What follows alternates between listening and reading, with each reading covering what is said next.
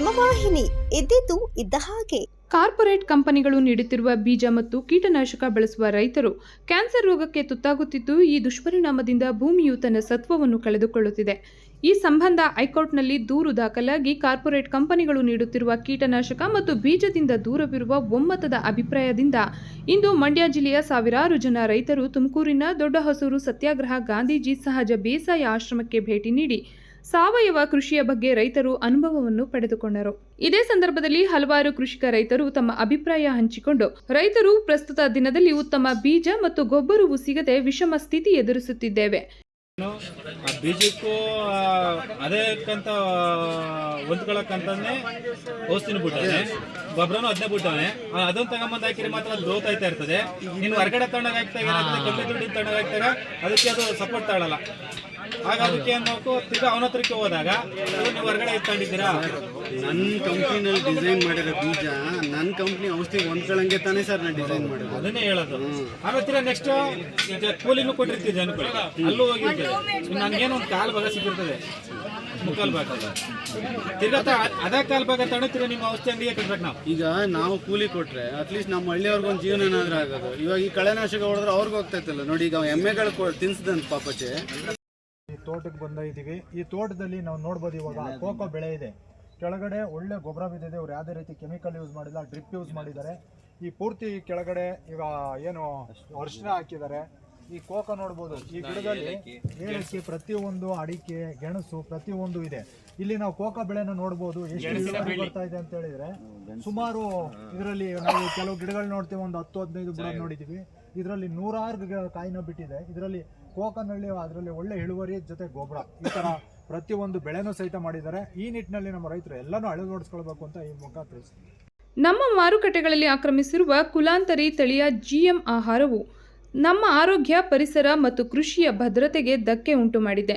ಇದರಿಂದ ದೇಶದ ಸಮಗ್ರತೆಗೆ ಗಂಭೀರವಾದ ದೊಡ್ಡ ಪೆಟ್ಟು ಬೀಳಲಿದೆ ಎಂದು ರೈತರು ತಿಳಿಸಿದರು. ತುಮಕೂರಿನ ದೊಡ್ಡ ಹೊಸೂರು ಸತ್ಯಾಗ್ರಹ ಗಾಂಧೀಜಿ ಸಹಜ ಬೇಸಾಯ ಆಶ್ರಮ ಸಾವಿರಾರು ಜನ ಅಲ್ಲಿ ಬೆಳೆದಿದ್ದಂತಹ ಸಹಜ ಸಾವಯವ ಕೃಷಿಯನ್ನು ವೀಕ್ಷಿಸಿ ಕಾರ್ಪೊರೇಟ್ ಕಂಪನಿಗಳ ಅವ್ಯವಹಾರ ಮತ್ತು ಚಾಣಾಕ್ಷತನದ ಮಾರುಕಟ್ಟೆಯನ್ನು ಗಂಭೀರವಾಗಿ ಎದುರಿಸಲು ಇದು ನಮ್ಮ ಭರವಸೆಯ ಪ್ರಯತ್ನವಾಗಿದೆ.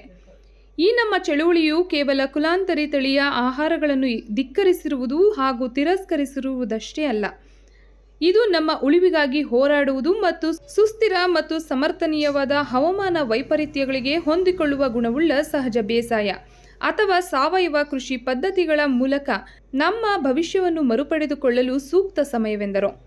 ಈ ತೋಟಕ್ಕೆ ಬಂದಿದ್ದೀವಿ. ಈ ತೋಟದಲ್ಲಿ ನಾವು ನೋಡ್ಬೋದು, ಇವಾಗ ಕೋಕೋ ಬೆಳೆ ಇದೆ. ಕೆಳಗಡೆ ಒಳ್ಳೆ ಗೊಬ್ಬರ ಬಿದ್ದಿದೆ. ಅವ್ರು ಯಾವುದೇ ರೀತಿ ಕೆಮಿಕಲ್ ಯೂಸ್ ಮಾಡಿಲ್ಲ, ಡ್ರಿಪ್ ಯೂಸ್ ಮಾಡಿದ್ದಾರೆ. ಈ ಪೂರ್ತಿ ಕೆಳಗಡೆ ಈಗ ಏನು ಅರಿಶಿನ ಹಾಕಿದ್ದಾರೆ. ಈ ಕೋಕೋ ನೋಡ್ಬೋದು, ಈ ಗಿಡದಲ್ಲಿ ಏಲಕ್ಕಿ, ಪ್ರತಿಯೊಂದು ಅಡಿಕೆ, ಗೆಣಸು ಪ್ರತಿಯೊಂದು ಇದೆ.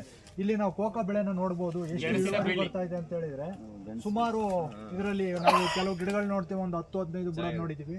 ಇದರಲ್ಲಿ 100 ಕಾಯಿನ ಬಿಟ್ಟಿದೆ. ಇದರಲ್ಲಿ ಕೋಕೋನಲ್ಲಿ ಅದರಲ್ಲಿ ಒಳ್ಳೆ ಇಳುವರಿ ಜೊತೆ ಗೊಬ್ಬರ, ಈ ಥರ ಪ್ರತಿಯೊಂದು ಬೆಳೆನೂ ಸಹಿತ ಮಾಡಿದ್ದಾರೆ. ಈ ನಿಟ್ಟಿನಲ್ಲಿ ನಮ್ಮ ರೈತರು ಎಲ್ಲನೂ ಅಳವಡಿಸ್ಕೊಳ್ಬೇಕು ಅಂತ ಈ ಮುಖ ತಿಳಿಸ್ತೀವಿ.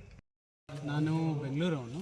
ನಮ್ಮದು ಇಲ್ಲಿ ಆಶ್ರಮದಲ್ಲಿ ನಾವು ಸ್ಟೂಡೆಂಟು.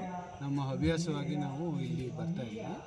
ಮತ್ತು ಇವತ್ತಿನ ದಿನ ನಾವು ಸಹಜ ಬೇಸಾಯದಲ್ಲಿ GMO ಅಗೇನ್ಸ್ಟಲ್ಲಿ ಕಾಯ್ದೆ ತರಬಾರ್ದು ಅನ್ನೋ ಕಾರಣಕ್ಕೆ ಈ ಚಳುವಳಿನಲ್ಲಿದೆ. ಇದು ಒಂದು 5.5 ಎಕರೆ ಸಹಜ ಬೇಸಾಯದಲ್ಲಿ ಮಾಡಿರುವಂಥ ತೋಟ. ಇದನ್ನು ನಾವು ಇವತ್ತು ಎಲ್ಲ ರೈತರಿಗೆ ಹೇಗೆ ಮಾಡ್ಕೋಬೋದು ಅನ್ನೋದನ್ನು ಇಲ್ಲಿ ಎಕ್ಸ್ಪ್ಲೇನ್ ಮಾಡ್ತೀವಿ. ಎಷ್ಟು ವೆರೈಟಿ ಗಿಡಗಳಿದ್ದಾವೆ ಸರ್? ಇಲ್ಲಿ 1 ಎಕರೆಗೆ 650 ಗಿಡಗಳು ಬಂದಿದ್ದಾವೆ. ಅದರಲ್ಲಿ ಕನಿಷ್ಠ ಪಕ್ಷ ಒಂದು 12ರಿಂದ 14 ವೆರೈಟಿ ಗಿಡಗಳಿವೆ. ಒಂದು 40 ತೆಂಗು, 300 ಅಡಿಕೆ, 120 ಕೋಕೋ ಗಿಡಗಳು.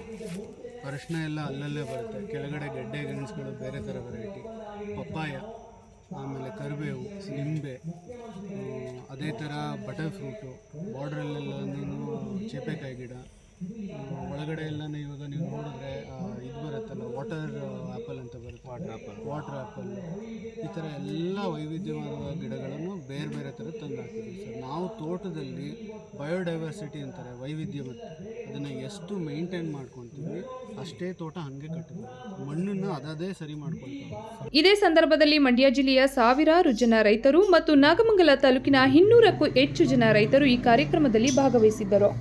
ಸ್ಟಾರ್ಟ್ ಮಾಡೋಣ. ಘೋಷಣೆ. ಇವತ್ತು ನಾವೇನು ದೊಡ್ಡಹೊಸೂರು ಗ್ರಾಮ ಏನು ಅದು ತುಮಕೂರು ಡಿಸ್ಟಿಕ್ಕು ಈ ಒಂದು ಗ್ರಾಮಕ್ಕೆ ನಾವು ಭೇಟಿ ಕೊಟ್ಟಿದ್ದೀವಿ. ಇವತ್ತು ನಾಗಮಂಗಲ ತಾಲೂಕು ರೈತ ಸಂಘಟನೆಯಿಂದ ನಾವೀಗ ಈ ತೋಟನ ವೀಕ್ಷಣೆಗೆ ಅಂತ ಬಂದಿದ್ದೀವಿ. ಜೊತೆಗೆ ಇಲ್ಲಿ ಏನು ಒಂದು ಸಾವಯವ ಜೊತೆಗೆ ನೈಸರ್ಗಿಕವಾಗಿ ಯಾವುದೇ ಗೊಬ್ಬರ ಬೆಳೆಸ್ತಾನೆ, ಯಾವ ಥರ ಯಾವುದು ಗೊಬ್ಬರ ಏನು ಕೆಮಿಕಲ್ ಏನು ಬಳಸ್ತಾನೆ, ಆದಾಯ ಯಾವ ಥರ ತೊಗೊಳ್ಳೋದು, ಇದರಿಂದ ಏನು ಜೀರೋ ಕಲ್ಟಿವೇಷನಲ್ಲಿ ಎಷ್ಟು ಆದಾಯ ತೊಗೋಬೋದು, ಇದ್ರ ಬಗ್ಗೆ ನಾವು ಸುಮಾರು ಎಲ್ಲನೂ ಒಂದು ರೌಂಡ್ ಎಲ್ಲನೂ ನೋಡ್ಕೊಂಬಂದಿದ್ದೀವಿ ತೋಟವ. ಈ ತೋಟದಲ್ಲಿ ಒಳ್ಳೆ ಅಡಿಕೆ ಇಳುವರಿ ಬಂದಿದೆ. ಜೊತೆಗೆ ಕೆಲವು ತೆಂಗಾಗಿರ್ಬೋದು, ಅಡಿಕೆ ಆಗಿರ್ಬೋದು, ಇದರಲ್ಲಿ ಏಲಕ್ಕಿ, ಕೋಕೋ ಪ್ರತಿಯೊಂದು ಒಳ್ಳೆ ಇಳುವರಿ ಇದೆ.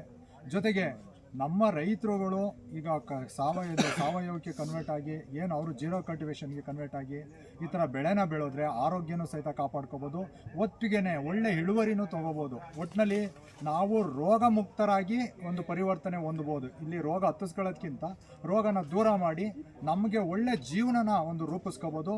ಈ ನಿಟ್ಟಿನಲ್ಲಿ ಪ್ರತಿಯೊಂದು ರೈತರು ಸಹಿತ ಇಡೀ ನಾಗಮಂಗಲದ ರೈತರು ಒಂದ್ಸಲಿ ಈ ಒಂದು ಜಾಗಕ್ಕೆ ಭೇಟಿ ಕೊಟ್ಟರೆ ಒಂದು ಎಲ್ಲ ಕೃಷಿ ಬಗ್ಗೆ ತಿಳ್ಕೊಂಡಂಗೂ ಆಗುತ್ತೆ, ನೈಸರ್ಗಿಕವಾಗಿ ಬದುಕೋದು ಹೆಂಗೆ ಅನ್ನೋದನ್ನ ನಾವು ತಿಳ್ಕೊಂಡಂಗಾಗುತ್ತೆ.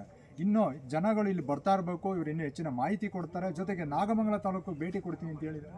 ಆ ನಿಟ್ಟಿನಲ್ಲಿ ನಮ್ಮ ರೈತರೆಲ್ಲ ಒಟ್ಟಾಗಿ ಸೇರಿಕೊಂಡ್ರೆ ಆ ಜಾಗದಲ್ಲಿ ಒಂದು ಭೇಟಿ ಕೊಡಿಸಿ ಒಂದು ಎಲ್ಲರಿಗೂ ಮಾಹಿತಿನ ತಿಳಿಸ್ಬೋದು ಅಂತೇಳಿ ಈ ಮೂಲಕ ರೈತ ಸಂಘಟನೆಯನ್ನು ನಾನು ತಿಳಿಸ್ತೀನಿ. ಸುದ್ದಿ 3 ವಾಹಿನಿಯ ಹೆಚ್ಚಿನ ಮಾಹಿತಿಗಾಗಿ ಸಬ್ಸ್ಕ್ರೈಬ್ ಆಗಿ ಹಾಗೂ ಬೆಲ್ ಬಟನ್ ಒತ್ತಿ.